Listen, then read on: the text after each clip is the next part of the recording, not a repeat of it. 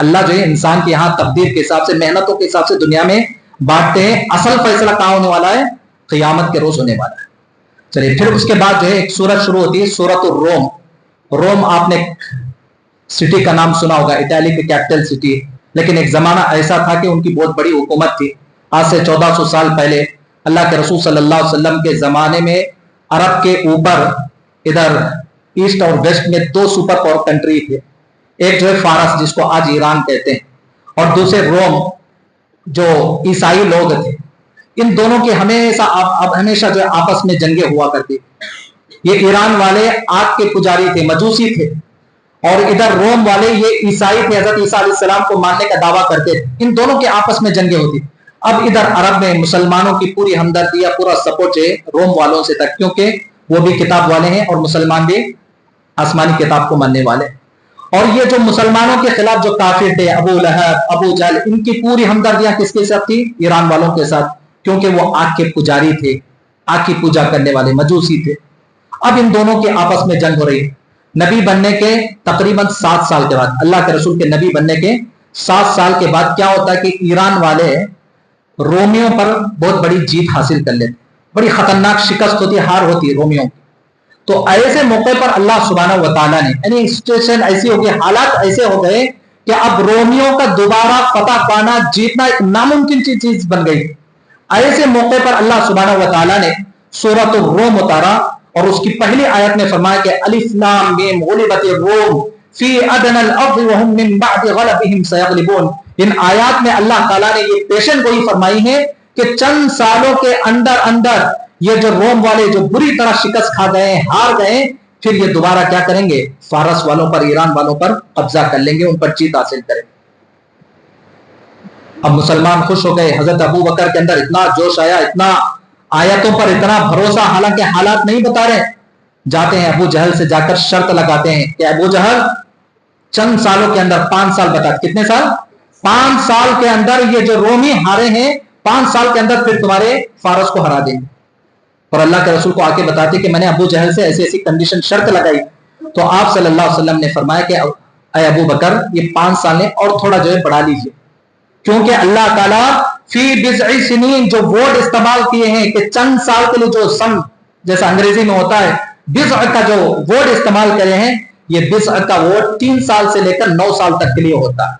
تو اس واسطے آپ کیا کرو, 5 سال نہیں, تھوڑا اور ذرا بڑھا. ابو جہل کے پاس جاتے ہیں کہ اور چند سال بڑھا لے, چند سال کے اندر تمہارا فارس ہارنے والا, تمہارا ایران ہارنے والا. اللہ اکبر. یہ ایسے وقت میں جو اللہ نے قرآن کے اندر پیشن گوئی فرمائے کہ جس وقت دنیا والے یقین بھی نہیں کر سکتے کہ یہ دوبارہ جو ہے رومی جیت سکیں گے. 7 سال کے اندر, کتنے؟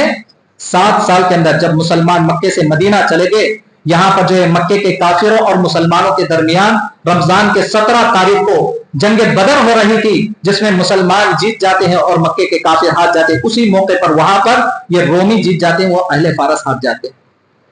تو یہ قرآن مجید کی صداقت ہے کہ جس ٹائم پر دنیا ماننے کے لیے تیار نہیں تھی, قرآن میں اللہ نے پیشن گوئی, 7 سال کے اندر وہ پیشن گوئی پوری ہو گئی. پھر اس کے بعد اللہ سبحانہ و تعالیٰ فرماتے ہیں فَأَقِمْ وَجْهَكَ لِلدِّينِ حَنِيفًا فطرت اللہ التي فطر الناس علیہا لا تبدیل لخلق اللہ. اس آیت کے اندر اللہ فرماتے ہیں دنیا کے اندر پیدا ہونے والا ہر بچہ, صرف مسلمان ماں کے پیٹ سے نہیں, ایک کافر ماں کے پیٹ سے, غیر ماں کے پیٹ سے بھی پیدا ہونے والا بچہ اسلام پر پیدا ہوتا ہے, مسلمان بن کر آتا ہے. حالات اچھے نہ ہونے کی وجہ سے, گھرانہ اچھا نہ ہونے کی وجہ سے, اس کے ماں باپ صحیح نہ ہونے کی وجہ سے دھیرے دھیرے وہ معصوم بچہ کیا ہوتا ہے؟ بت پرستی کرنے لگتا ہے. دھیرے دھیرے وہ عیسائی بن جاتا ہے, دھیرے دھیرے وہ آگ کا پجاری بن جاتا ہے, دھیرے دھیرے وہ مجوسی بن جاتا ہے. لیکن ہر پیدا ہونے والا بچہ اسلام پر پیدا ہوتا ہے. اور اللہ کا شکر ادا کیجیے کہ اللہ تعالیٰ مجھے اور آپ کو صرف اسلام پر ہی نہیں, اسلام پر پیدا کرنے کے ساتھ ساتھ مسلمان گھرانے میں پیدا کیا. کبھی ہمیں اس کا احساس نہیں ہے. اللہ نے ہمیں خاندانی مسلمان بنایا, بائی برتھ مسلمان بنایا ہے, کبھی احساس کیے؟ ذرا ان لوگوں سے پوچھئے کہ جو دوسرے دھرم سے اسلام میں آتے تو کتنے قربانیاں دے کر آتے. آج بھی صحابہ کی زندگی ضرورت نہیں, آج بھی جو اللہ کے بیچارے جو دوسرے دھرم سے جو اسلام قبول کرتے, کتنی قربانیاں پورے گاؤں والوں سے, پورے محلے والوں سے, پورے خاندان والوں سے, حتیٰ کہ ان کی جو بھی پراپرٹی جو آنے والی ہوتی ہے, ساری چیزوں کی قربانیاں دے کر اسلام میں آتے ہیں. یہ بڑی قربانی کی بات ہے. لیکن اللہ تعالیٰ نے ہمیں بنایا, دین جو عطا کیا ہے, اس کی قدر کرنی چاہیے. پھر اس کے بعد اللہ سبحانہ و تعالیٰ نے فرمایا اللہ الذی خلقکم من ضعف ثم جعل من بعد ضعف قوة ثم جعل من بعد قوة ضعفا وشیبا یخلق ما یشاء واللہ علیم القدیر. اس آیت کے اندر اللہ نے انسان کی زندگی کے 4 مرحلے بتائے. اس سے پہلے میں نے ماں کے پیٹ میں کیسے بچہ جو دھیرے دھیرے پرورش پاتا ہے، اس سے پہلے کے درس میں آ گیا. لیکن اس میں اللہ نے بتایا کہ جب انسان ماں کے پیٹ سے باہر آتا ہے اس وقت سے لے کر بڑھاپے تک 4 جو دور انسان کی زندگی میں. سب سے پہلا دور کیا ہے؟ بچپن کا دور. ہاتھ پیر کمزور، عقل کمزور ہوتی، حافظہ اچھا ہوتا ہے لیکن ڈیسیشن لینے کی طاقت نہیں ہوتی. تو یہ پہلا دور. پھر اس کے بعد دھیرے دھیرے اللہ سبحانہ و تعالی بچے کو جوان بناتا ہے، ہاتھ پیر مضبوط. پھر اس کے بعد دھیرے دھیرے انسان ادھیڑ عمر کو پہنچتا ہے، یعنی بالکل جوان بھی نہیں، بالکل بوڑھاپا نہیں، بڑھاپے کے آثار، دھیرے دھیرے سفید بال نکل رہے ہیں. پھر اس کے بعد چوتھا مرحلہ ہے بڑھاپے کا مرحلہ. یعنی اللہ فرماتے ہیں کہ سارے مرحلے کون لاتے ہیں؟ یہ بچپن کا دور، یہ جوانی کا دور، یہ ادھیڑ عمر، یہ پھر اس کے بعد یہ بڑھاپا، یہ کون دیتا ہے؟ سب یہ اللہ کی قدرت. پھر اس کے بعد ہے ایک سورت، سورہ لقمان. لوگ نام رکھتے ہیں لقمان. کون تھے یہ لقمان؟ اپنے زمانے کے بڑے نیک انسان تھے، نبی نہیں تھے، پیغمبر نہیں تھے، ایک انسان کے غلام تھے، نوکر تھے. دیکھیں اللہ تعالیٰ نے ان کو کتنا اونچا مقام دیا. ایک انسان کے، ایک آقا کے غلام تھے، لیکن قرآن مجید میں اللہ نے ان کے نام سے ایک سورت اتاری. پیپر میں ہمارا فوٹو آ جائے، نیوز پیپر میں کہیں ہماری تصویر آ جائے، نام آ جائے، سب گاؤں والوں کو بتاتے پھرتے ہیں، دیکھو دیکھو میرا نام آیا. فلاں پیپر پڑھے کیا آپ؟ فلاں دیکھو فلاں پیج کے نیچے کونے میں میری تصویر آئی. ایک دن کا مسئلہ رہتا ہے، 1 گھنٹے کا مسئلہ. جب تک قیامت آئے گی نہیں تب تک لوگ قرآن پڑھتے رہیں گے سورہ لقمان کے نام سے. کون ہے لقمان؟ یہ غلام تھے. لیکن اللہ سبحانہ و تعالیٰ نے ان کو بڑی عقل دی تھی، بڑی حکمت کے باتیں کیا کرتے تھے. ساتھ میں ان کا نام کیا ہے؟ حکیم لقمان کہتے، لقمان حکیم، حکمت والے تھے.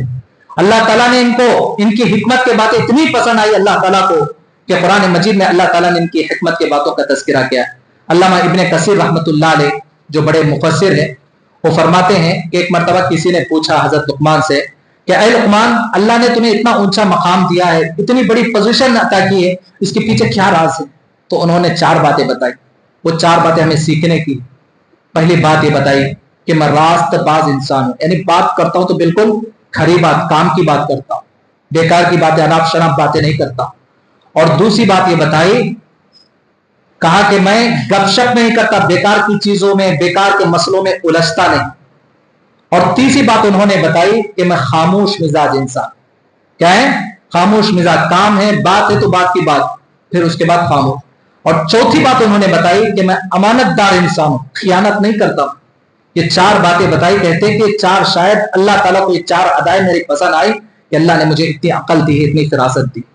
ایک مرتبہ کی بات ہے کہ جیسا کہ میں نے بتایا کہ حضرت لقمان جو ایک انسان کے غلام تھے، نوکر تھے، تو ایک مرتبہ ان کے آقا نے حکم دیا کہ لقمان جاؤ ایک بکری کی ذبح کر، اور بکری کو ذبح کر کر بکری کے اندر جو تمہارے لیے پسندیدہ، جس کو تم لائک کرتے ہو، 2 کوئی چیز لے کر آؤ.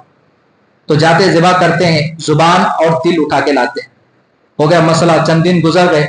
پھر اس کے بعد چند دنوں کے بعد پھر آقا وہی حکم دیتا کہ جاؤ بکری ذبح کرو، اور ذبح کر کر اس کے اندر جو ناپسندہ مکروہ چیزیں ہیں تمہارے نظر میں، جو ناپسندہ چیزیں ہیں، کوئی 2 چیزیں اٹھا کر لاؤ.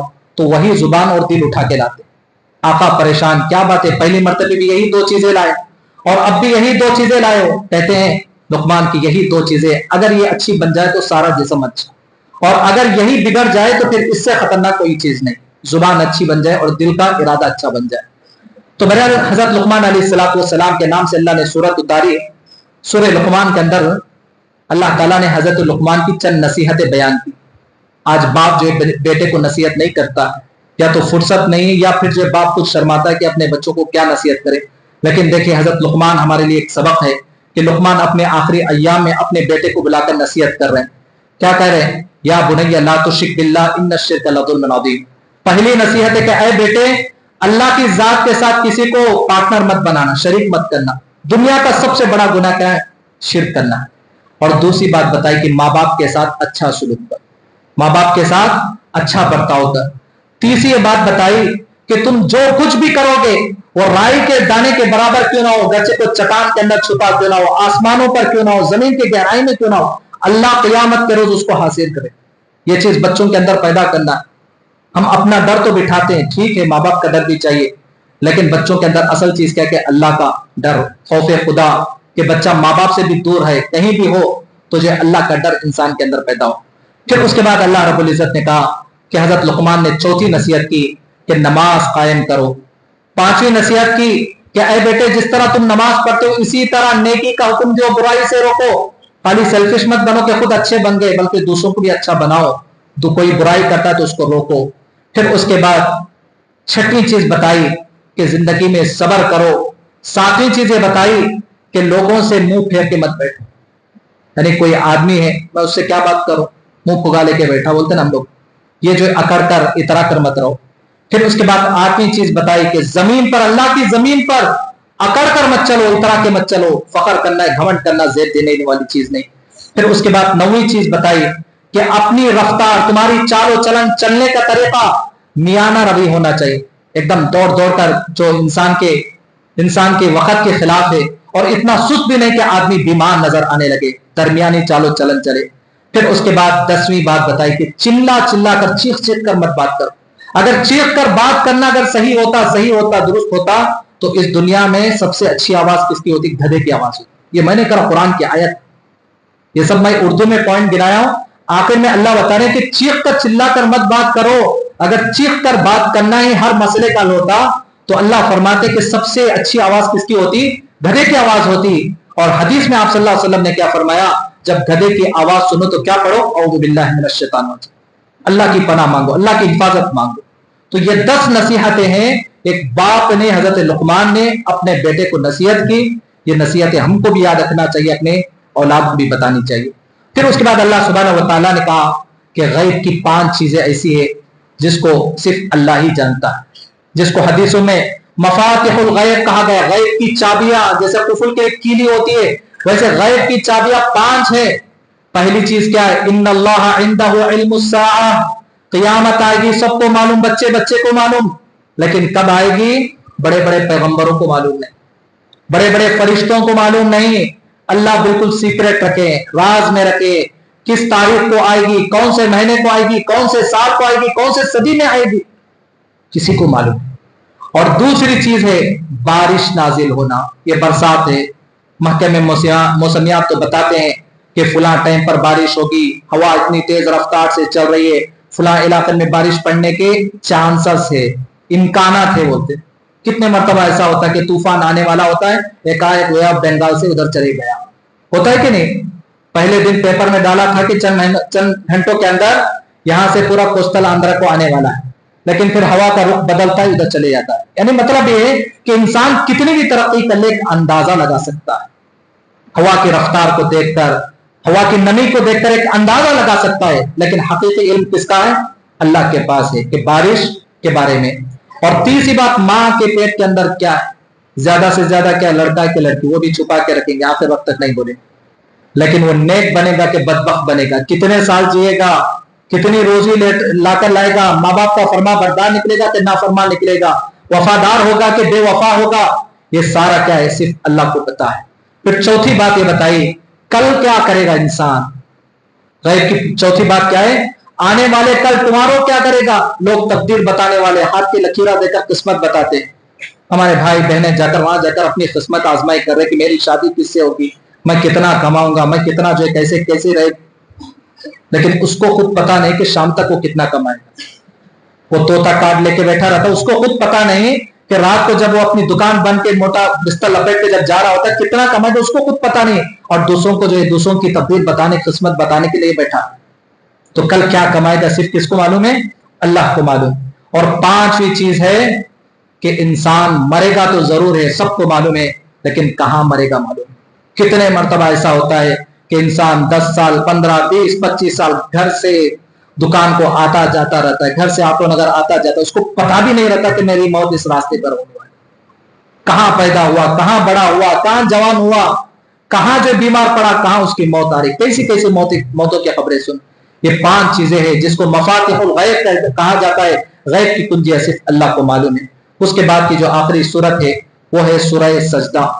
یہ سجدہ رمضان جمعے کے روز صبح کی فجر کی نماز میں ہم پڑھتے ہیں۔ اللہ کے رسول صلی اللہ علیہ وسلم فجر کی نماز میں جمعے کے روز پہلی رکعت میں سورہ سجدہ اور دوسری رکعت میں سورہ دہر پڑھا کرتے تھے۔ اس سورت کے اندر اللہ رب العزت نے بتایا اللہ الذی خلق السماوات والارض وما بینہما فی ستۃ ایام ثم استوى علی العرش۔ اللہ فرماتے کہ اسی اللہ نے 6 دنوں میں زمین و آسمان کو پیدا کیا۔ آپ میں سے کسی کے ذہن میں سوال پیدا ہو سکتا ہے اللہ کن فیکن ہو جا تو ہو جائے گا، ہے کہ نہیں؟ اللہ تعالیٰ کہے کہ کن ہو جا تو ہو جائے گا، اللہ کو 6 دنوں کی کیا ضرورت تھی؟ اس کا جواب ہے کہ حقیقی علم تو اللہ ہی کو معلوم ہے کہ اللہ کیوں 6 دنوں میں، لیکن علماء بتاتے ہیں کہ اللہ تعالیٰ چاہتا تو 1 سیکنڈ میں کن ہو جا تو ہو جاتا، لیکن لوگوں کو سبق بتانے کے لیے کہ تمہاری زندگی میں ایسے ڈسپلن کے ساتھ ہر چیز دھیرے دھیرے ہونا چاہیے۔ راتوں رات مالدار ہو جاؤں گا، راتوں رات بلڈنگ کھڑا کروں گا تو پھر راتوں رات بھی وہ بلڈنگ گر جائے گی۔ تو ایسے تمہاری زندگی میں دھیرے دھیرے آہستہ آہستہ سے کام ہونا چاہیے۔ یہ اللہ لوگوں کو سبق سکھانے کے لیے یہ جو ہے اللہ نے یہ آسمانوں کو زمینوں کو 6 دنوں میں پیدا کیا۔ پھر اس کے بعد اللہ فرماتے ہیں ثم استوى علی العرش۔ آج کتنے مسلمان ہیں 5 ٹائم اللہ کے سامنے جھکتے ہیں، نماز پڑھتے ہیں، صدقہ کرتے ہیں۔ بندوں سے پوچھا جاتا ہے مسلمان سے کہ بھائی اللہ کہاں ہے؟ اب دیکھیں مسلمانوں کے جواب کیسے ہوتے۔ کوئی کہتا کہ اللہ مکے میں ہے۔ کہاں ہے؟ مکے میں۔ کوئی کہتا کہ اللہ مسجد میں۔ کیوں؟ سوچ اچھی ہے لیکن جواب غلط ہے۔ کیوں مسجد ہے؟ ادھر ادھر بازار کیوں بولے مسجد میں؟ کوئی کہتا کہ نہیں اللہ مومن کے دل میں ہے، گنہگار شراب پیتا چوری کرتا، کیوں خامخواہ اللہ کو بدنام کرے؟ ایمان والے کے دل میں۔ کوئی کہتا کہ نہیں اللہ ہر جگہ ہے، اللہ اتنے بڑے ہیں تو پھر خامخواہ اللہ کو چھوٹا کیوں کرے؟ اللہ ہر جگہ ہے، ہر جگہ۔ لیکن قرآن مجید کی اس آیت میں نہیں، 10 آیتیں آپ کو مل جائے گی ثم استوى علی العرش۔ اللہ کہاں ہے؟ 7 آسمانوں کے اوپر جنتیں ہیں، 100 درجے۔ جنت الفردوس جو ہے کلاس کی جنت، اس کے اوپر ایک عرش ہے، تخت، بہت بڑا تخت۔ وہ تخت کیسا ہم کو معلوم؟ اس تخت پر اللہ مستوی ہے، بیٹھا ہے نہیں بولنا، اللہ کھڑا ہے، بیٹھا ہے، لیٹے ہے نہیں بولنا، اللہ وہاں موجود ہے، اللہ وہاں مستوی ہے۔ یہ جو جواب ہے اللہ ہے اپنی ذات کے اعتبار سے تمام کائنات سے الگ تھلگ 7 آسمانوں کے اوپر عرش پر مستوی ہے، لیکن اللہ کی نگرانی، اس کی حفاظت، اس کی طاقت، اس کی پہنچ دنیا کے ذرے ذرے میں۔ ان اللہ علیم بذات الصدور۔ بیٹھے بیٹھے آپ کیا سوچے، بیٹھے بیٹھے آپ کیا خیال کر رہے، اللہ وہاں ہوتے ہوئے بھی ہمارے دلوں کے بھیدوں کو جانتا ہے۔ تو یہ اللہ تعالیٰ کا ہے۔ پھر اس کے بعد آخری چیز ہے تتجافى جنوبهم عن المضاجع يدعون ربهم خوفا وطمعا ومما رزقناهم ينفقون۔ اللہ تعالیٰ جو فرماتے ہیں کہ اللہ کے نیک بندے وہ ہیں، صبح میں فجر کے لیے اٹھنا ہمارے لیے مشکل ہے، لیکن آج بھی دنیا کے اندر اللہ کے نیک بندے ایسے ہیں، فجر تو کیا فجر سے پہلے رات کے اندھیرے میں، رات کے آخری حصے میں اٹھتے ہیں اور اپنے بستروں سے اپنی کروٹوں کو دور کرتے ہیں، الگ کرتے ہیں، اور تہجد کی نماز پڑھتے ہیں اور اللہ سے دعا کرتے ہیں گڑ گڑا کر۔ تو اللہ تعالیٰ ایسے تہجد کی پابندی کرنے والوں کی اللہ قرآن کے اندر تعریف کیے ہیں۔ اور اللہ سے دعا کرتے تو کیسے؟ یدعون ربهم خوفا وطمعا۔ ہماری زندگیوں میں 2 چیزیں ہونی چاہیے میرے بھائیوں۔ یا تو کچھ لوگ وہ بے پرواہ لوگ ہوتے ہیں، اللہ بہت معاف کرنے والے، بہت بخشنے والے، اللہ اتنے 70 ماہوں سے زیادہ رحم کرنے والے، اللہ مجھے کیوں نہیں معاف کرتے؟ ایسے تھوڑے کینڈیڈیٹ رہتے۔ تھوڑے مسلمان ہیں کیسے؟ ہر بات میں اللہ سے ڈرنا، اللہ مجھے معاف کرتے کہ نہیں معاف کرتے۔ یہ دونوں چیزیں غلط۔ اگر آدمی صرف یہ سمجھے کہ اللہ بڑے غفور ہے، رحیم ہے، معاف کرنے والا ہے، تو آدمی کیا ہو جاتا؟ نڈر ہو جاتا، بے پرواہ ہو جاتا۔ اور آدمی صرف یہ کہے کہ اللہ پکڑ دکڑ کریں گے، جہنم سب اتنی بڑی بنائے، کیا معلوم نہیں میرے واسطے بنائے، تو پھر آدمی کیا ہوتا؟ مایوس ہو جاتا۔ یہ دونوں چیزیں نہیں، یہ دونوں چیزوں کو ساتھ میں لینا۔ غلطی کرتے ہوئے اللہ سے ڈرنا ہے، غلطی ہو جانے کے بعد اللہ سے امید بھی لگانا کہ اللہ معاف کرے، اسے کہتے ہیں رجا خوف۔ اللہ سے امید بھی لگانا ہے اور اللہ سے ڈرنا بھی ہے۔ تو اللہ تعالیٰ تہجد پڑھنے والوں کی تعریف کرتے ہیں کہ ان کی کروٹیں بستروں سے الگ ہو جاتے ہیں، نماز پڑھتے، تہجد پڑھتے ہیں، اور پھر اللہ سے دعا کرتے تو کیا اللہ سے امید لگا کر بھی دعا کرتے اور اللہ سے ڈرتے ہوئے بھی دعا کرتے۔ وَمِمَّا رَزَقْنَاهُمْ يُنْفِقُونَ۔ اللہ نے جو کچھ دیا ان میں سے خرچ بھی کرتے۔ تو یہ چند مضامین تھے جو آپ کے سامنے بیان کیے گئے۔ اللہ سبحانہ و تعالیٰ سے دعا ہے کہ اللہ تبارک و تعالیٰ مجھ کہنے والے کو اور آپ سننے والوں کو کہنے اور سننے سے زیادہ عمل کرنے کی توفیق عطا فرمائے۔ آمین۔ وآخر دعوانا الحمد للہ رب العالمین۔